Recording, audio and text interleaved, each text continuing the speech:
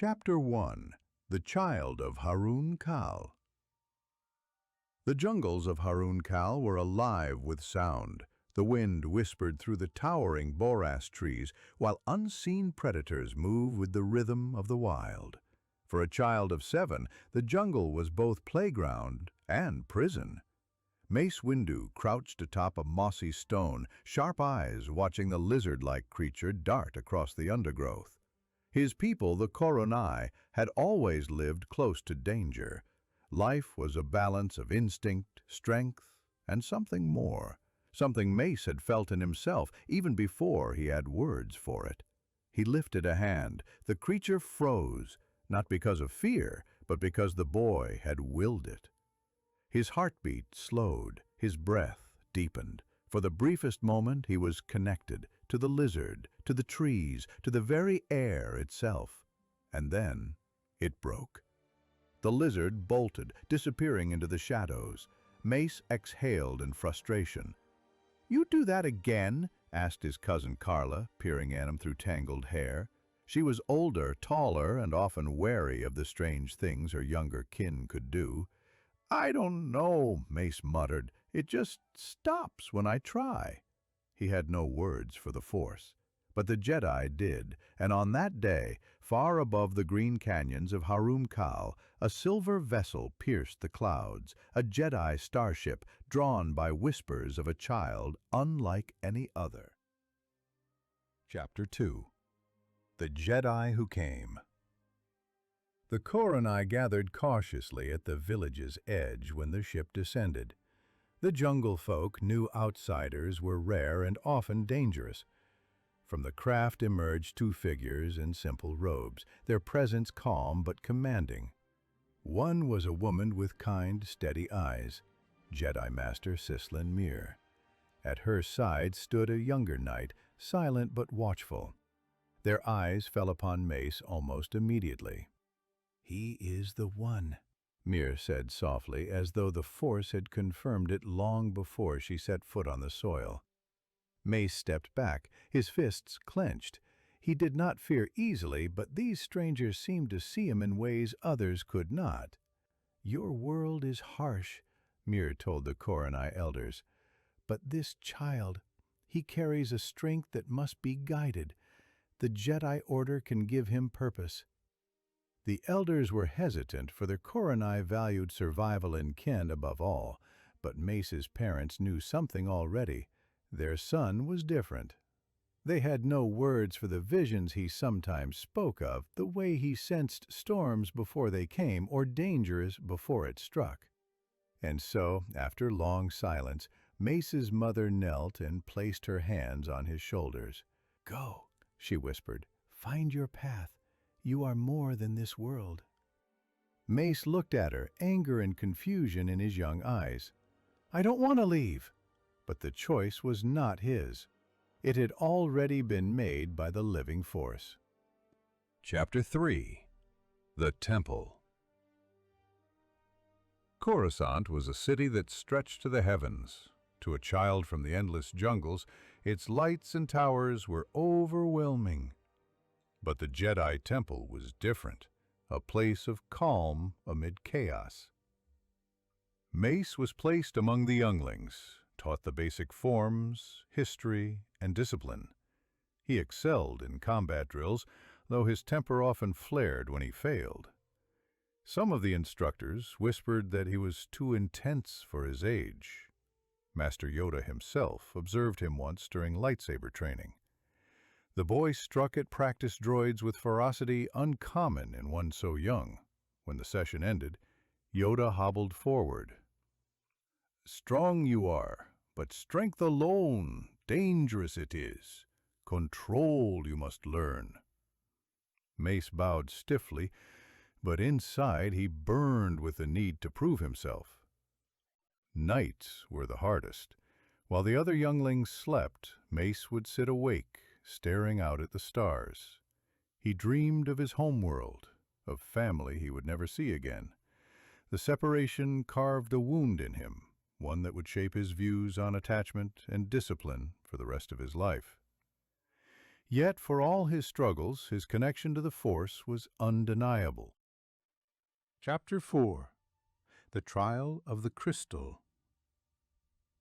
When younglings came of age, they undertook the Gathering, a journey to the ice world of Ilum to seek the crystal that would power their first lightsaber. For Mace, the challenge was unlike any other. The Force guided each child differently, and on Ilum it tested their very essence. While others returned with crystals glowing in their palms, Mace found himself wandering deeper into the caverns, frustrated and alone. He could sense the crystal's call, faint and distant, but when he reached for it, the path would shift. He fell to his knees, rage threatening to consume him. "Show yourself!" he shouted into the icy dark. His voice echoed, swallowed by silence. Then, a vision. He saw himself older, holding a blade unlike any other, amethyst burning with intensity. He saw shadows of battle, choices heavy with consequence, and in the vision, a voice. "You must carve your destiny. None will gift it to you." When he awoke, the crystal lay before him. Unlike the others, his had not come willingly. It had demanded persistence, defiance, and an iron will. When he returned, Master Mir noticed the difference. "Yours will not be easy to shape," she warned, "but perhaps neither will you." Chapter 5. Lessons in Conflict. Years passed. Mace grew into a Padawan of exceptional skill, apprenticed at last to Sislin Mir herself. She tempered his harshness with wisdom, though he often tested her patience. On one mission to a border world torn by clan warfare, Mace saw firsthand the cost of conflict. His instinct was to strike swiftly, to force peace through strength. But Mir restrained him. "A Jedi is not judge nor executioner," she reminded. "We are guardians. We serve balance." But balance, to Mace, often felt like compromise. He hated watching innocents suffer while leaders squabbled. He hated inaction. That night, meditating alone, he asked the Force a question he would ask many times in his life. Why show me danger if I cannot end it? The Force gave no answer, only silence. Chapter 6. The Dark Edge. As the years passed, Mace grew into one of the Temple's most formidable duelists, yet his intensity still troubled him. He sought a lightsaber form that could contain his fire without consuming him. He studied Form 7, Juyo, a ferocious, unpredictable style, abandoned by many for its closeness to the dark side. Where others feared it, Mace sought to master it. Slowly, carefully, he shaped it into something new, a form not of surrender to rage, but of channeling it, turning his inner darkness into light. He named it Vaapad, after a predator of Haruun Kal, deadly and swift. Master Mir cautioned him, "You walk a narrow path. Few could survive it, but perhaps the galaxy will one day need such a path." Mace nodded, but did not smile. For him, discipline was survival. Without it, the darkness inside him would win. Chapter 7. The Mission of Truth. Near the end of his apprenticeship, Mace faced his greatest trial. He and Master Mir were sent to the planet Matelos, where corruption ran deep. A senator was accused of enslaving refugees in secret. Mir urged caution, but Mace's instinct screamed that the senator was guilty. During an audience, Mace felt the man's deceit through the Force. "He lies," he whispered to his master. But they lacked proof. The Jedi Council forbade action without it. That night, Mace slipped into the senator's compound alone. He uncovered hidden cells, prisoners kept in chains. But in his anger, He ignited his blade and nearly struck the senator down. Only Myr's intervention stopped him. "You let your fury guide you," she said, her voice hard. "Justice is not yours to claim. The Jedi are not executioners." Mace trembled with rage.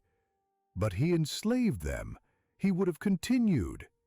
"Yes," she said, "and we exposed him. He will face the Republic's judgment. But if you had killed him, you would have crossed a line you could never return from." Mace stared at the floor, shame and defiance battling in his chest. He had wanted justice, but what he had truly craved was power, the ability to end suffering with his own hand. It was a lesson he would never forget. Chapter 8. Knight. Not long after, Mace passed the trials. He became a Jedi Knight. At his knighting, Master Myr spoke. "You have walked the edge of shadow, and you have not fallen. Remember, Mace, the path of the Jedi is not easy, but it is necessary." He bowed, the wound of leaving Haruun Kal still within him, the memory of his anger still raw. But he was no longer the frightened boy who had left his tribe. He was Mace Windu, warrior, guardian, and one day a master of the Order. Epilogue. The path ahead.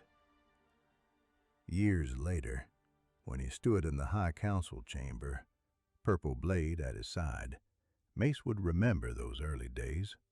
The jungle of Haruun Kal, the crystal that demanded he fight for it, the lesson of restraint from Chislin Mir.